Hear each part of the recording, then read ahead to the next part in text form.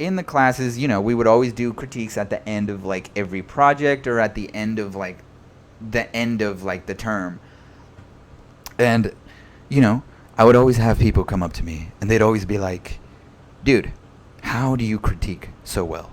How do you understand what to say, when to say it, and what specifically to bring an art piece to a complete like different sort of like viewpoint?"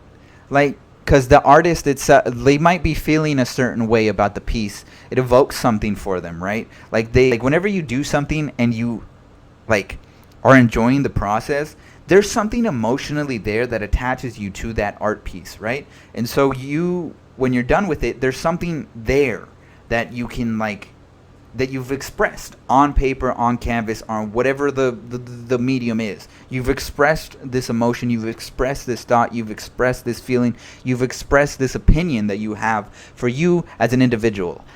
But, and correct me if I'm wrong, as an artist, sometimes it's difficult to explain that. It's difficult to tell people, well, this is specifically what I was feeling, because some people will be like, but I didn't like it though. Like the art piece, I didn't like it. And like hearing that right there, like if I was an artist and I hear someone, and I've always heard somebody say, I don't like this because blah, blah, blah, blah, blah, blah, blah, blah. You know what that does?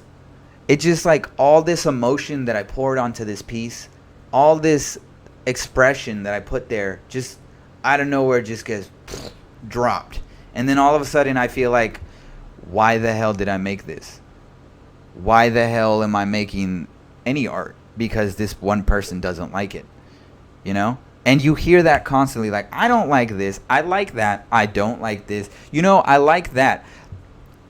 When you start off a sentence specifically with art in that sense, like when you critique your own artwork, right? Like you can't say I like this, I don't like that, because then that gets too much opinionated. When you look at art, it shouldn't be about opinions, it should be objective. Why?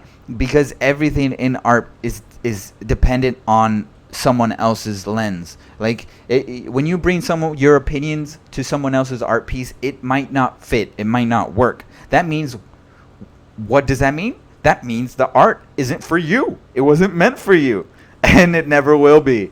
And that's okay.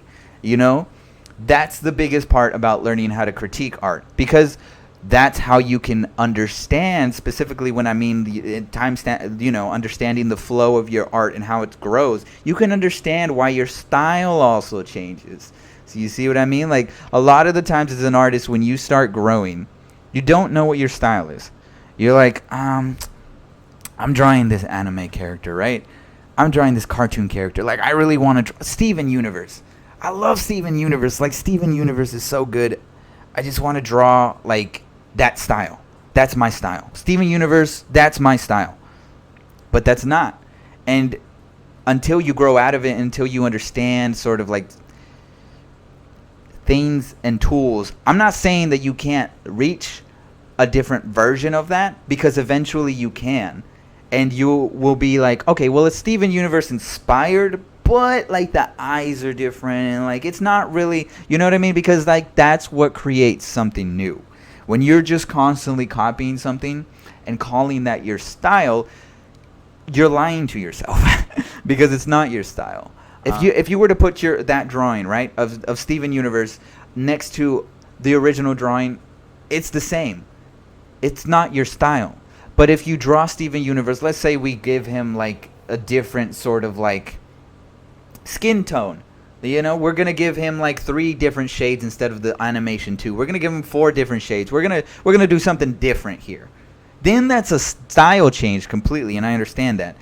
And understanding, or you as an artist critiquing that, right, what I did right there is I just critiqued the art, in my head that I put in front of you, and I hope that sort of like, you can understand that. But critiquing art is so important for an artist, because like if you can't critique art, man, like you're not going to be able to understand like an art museum.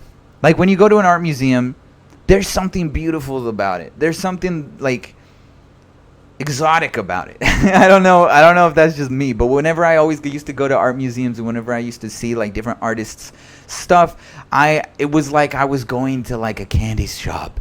You know, like when you go to a candy shop and you're just like, ooh, look at these Hershey's. Ooh, look at but we also got Twizzlers. They're not the same candy, but they're both good. Oh, you got like Sour Patch Kids. Sour, sweet. Oh, you got you know what I mean? Like you're going in this candy shop and none of the candy is the same, but you like it all. That's what it feels like when I go to an art museum. If you can't feel that emotion, then you're not understanding how to critique art properly because you can't see what the artist is probably doing. Like if somebody were like if your sort of like style, right, is just realistic, just pure realistic, like realism. When you see like a cartoony drawing, you're gonna be like, that's whack, that's unfinished, that's not real. But like, it's not for you.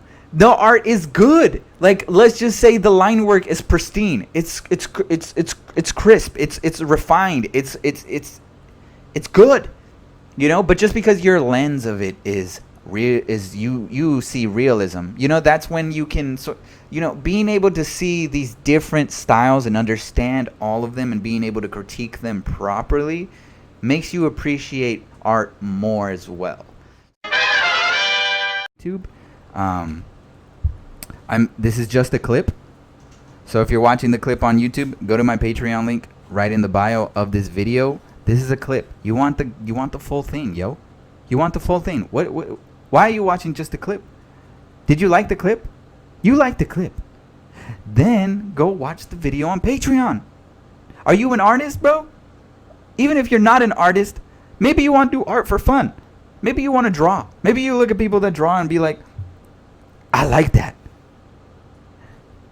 Follow my Patreon and I'll show you how to be that person. No, I'm just playing. But no, seriously, go to my Patreon. There's going to be a lot more other videos, specific stuff, streamings. I'm going to try to do a lot. Okay? And you're going to see a lot of clips, YouTube. And if you want to just see the full videos and stop getting teased, just go to my Patreon. It's not that hard. Okay? $1 to be a main supporter. You know, it might be a little bit more to get those juicy tutorials like this full video, but nothing in life is free. I'm sorry. But yeah, be sure to like the video and subscribe if you're on YouTube. I am going to officially end it. I am done. Goodbye.